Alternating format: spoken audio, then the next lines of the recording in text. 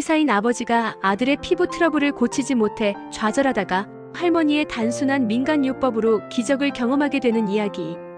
때로는 가장 복잡한 문제의 해답이 우리 가장 가까운 곳에 있을지도 모릅니다. 진정한 치유는 값비싼 의료기술이 아니라 사랑과 지혜에서 나올 수 있다는 것을 기억해주세요. 이 채널에서는 이런 따뜻하고 의미 있는 이야기들을 계속 들려드리고 있습니다. 구독 버튼과 좋아요 버튼을 눌러주시면 더 많은 감동적인 이야기로 찾아뵐 수 있어요. 정혜진은 올해로 67세가 되었습니다. 40년 넘게 지방 종합병원에서 피부과 과장으로 일해왔던 그는 이 지역에서는 누구나 알만한 명이었습니다. 그의 진료실 앞에는 늘 환자들이 줄을 섰고 어떤 난치성 피부 질환이라도 그의 손을 거치면 나아진다는 소문이 자자했습니다. 정혜진은 완벽주의자였습니다. 진료할 때는 한치의 오차도 용납하지 않았고 환자 한 명 한 명에게 최선을 다했습니다. 그래서인지 그의 병원은 항상 환자들로 북적였고 동료 의사들도 그를 존경했습니다.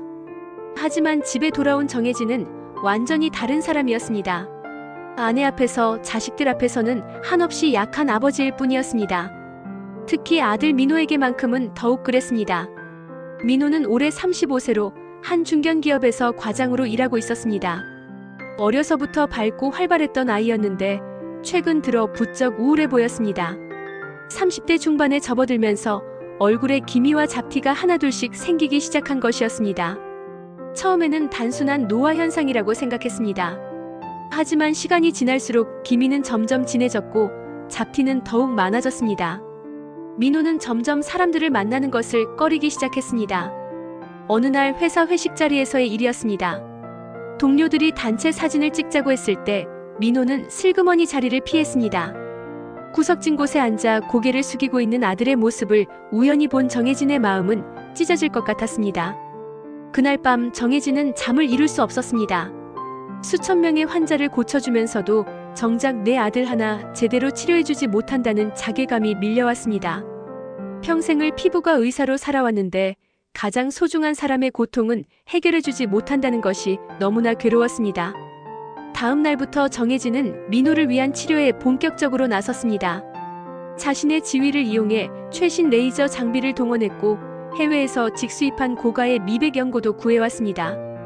국제학회에서 발표된 신약까지도 써보았습니다. 처음에는 효과가 있는 것 같았습니다. 기미가 조금 옅어지는 듯했고 잡티도 줄어드는 것 같았습니다. 민호도 정혜진도 희망을 품었습니다. 하지만 그것도 잠깐이었습니다. 몇 주가 지나자 기미는 다시 진해졌고 잡티는 오히려 더 많아졌습니다. 그동안 환자들에게 확신을 가지고 권해왔던 치료법들이 정작 자신의 아들에게는 무력했던 것입니다. 정혜진은 의학의 한계를 절감했습니다. 40년 넘게 쌓아온 의료 경험과 지식이 무색할 정도였습니다. 밤마다 의학 논문을 뒤적거리고 새로운 치료법을 찾아 헤맸지만 뚜렷한 해답은 없었습니다. 그러던 어느 주말 정혜진은 고향 마을에 계신 어머니를 찾아뵈었습니다. 올해 80이 넘으신 어머니는 여전히 정정하셨습니다. 어머니는 아들이 온다고 하니 정성스럽게 꿀차를 끓여주셨습니다. 마루에 앉아 어머니가 내어주신 꿀차를 마시며 정혜진은 자신도 모르게 한숨을 내쉬었습니다. 어머니는 예리하게 아들의 기색을 살피셨습니다. 무슨 걱정이 있냐? 별거 아니에요, 어머니. 그냥 민호 얼굴에 기미가 생겨서요. 아, 그거? 예전에 우리는 얼굴에 뭐 나면 소주에 꿀 타서 발랐단다. 신기하게도 다 나았어. 정혜진은 처음에는 어머니의 말씀을 민간요법 정도로만 여겼습니다. 하지만 그날 밤 민호의 방 앞을 서성이다가 문득 어머니의 말씀이 떠올랐습니다. 이미 모든 현대적 치료법을 다 써본 상황에서 한번 시도해볼 가치는 있어 보였습니다. 다음 날 정혜진은 조심스럽게 소주와 꿀을 구해왔습니다. 소주 한 숟가락에 꿀을 쌀알 크기만큼 넣고 나무 젓가락으로 조심스럽게 섞었습니다. 금속 도구는 사용하지 않기로 했습니다. 아들에게 설명했을 때 민호는 반신반의했습니다. 하지만 아버지의 간절한 마음을 알기에 거절할 수 없었습니다. 저녁 세안을 마친 후 화장솜에 혼합물을 묻혀 민호의 얼굴에 톡톡 두드려 발랐습니다. 10분 후 미지근한 물로 깨끗하게 씻어냈습니다. 처음 며칠은 별 변화가 없었습니다. 하지만 일주일쯤 지났을 때 민호가 거울을 보며 한마디 했습니다. 아버지, 진짜 기미가 좀 옅어진 것 같아요. 정혜진의 눈에는 어느새 눈물이 맺혀 있었습니다. 이게 정말 해답일 수도 있겠다는 생각이 들었습니다. 정혜진은 의사로서의 호기심이 발동했습니다. 왜 이런 단순한 방법이 효과가 있는 것일까? 그는 피부 생리학 책들을 다시 꺼내어 읽기 시작했습니다. 우리 피부의 가장 바깥층인 각질층은 일종의 방어막 역할을 합니다. 이 층이 너무 두껍거나 단단하면 좋은 성분이라도 깊숙이 침투하기 어렵습니다. 소주에 포함된 알코올 성분이 이 각질층을 잠시 부드럽게 만들어줍니다. 마치 문을 살짝 열어주는 것과 같습니다. 그러면 꿀에 들어있는 다양한 항산화 성분들이 피부 깊숙이 들어갈 수 있게 됩니다. 꿀에는 비타민, 미네랄, 효소 등이 풍부하게 들어있어서 기미와 잡티를 완화시키는 데 도움이 됩니다. 정혜진은 이 원리를 이해하고 나니 왜 기존의 비싼 화장품들이 효과가 제한적이었는지 알 수 있었습니다. 흡수가 제대로 되지 않았던 것입니다. 민호의 피부가 눈에 띄게 개선되자 정혜진은 다른 환자들에게도 조심스럽게 이 방법을 권해보기 시작했습니다. 물론 충분한 설명과 패치 테스트를 거친 후에 말입니다. 첫 번째 환자는 72세의 농부 김춘배 씨였습니다. 평생 농사를 지으며 강한 햇볕에 노출되어 피부가 매우 두껍고 거칠었습니다. 얼굴 전체에 진한 기미와 검버섯이 있었습니다. 김춘배 씨는 처음에는 의아해했습니다. 선생님, 소주를 얼굴에 바르라고 하시네요? 네, 꿀과 함께 섞어서요. 하루 걸러 하루씩 꾸준히 해보세요. 2달 후 김춘배 씨가 병원을 찾았을 때 정혜진은 깜짝 놀랐습니다. 얼굴빛이 한결 맑아져 있었던 것입니다. 두 번째 환자는 58세 주부 이복자 씨였습니다. 예민한 피부 때문에 대부분의 화장품을 사용할 수 없어서 고생하고 계셨습니다. 선생님, 이것도 안 되면 어떻게 하죠? 걱정하지 마세요. 자연스러운 성분이니까 부작용이 적을 거예요. 혹시 모르니 패치 테스트부터 해보세요.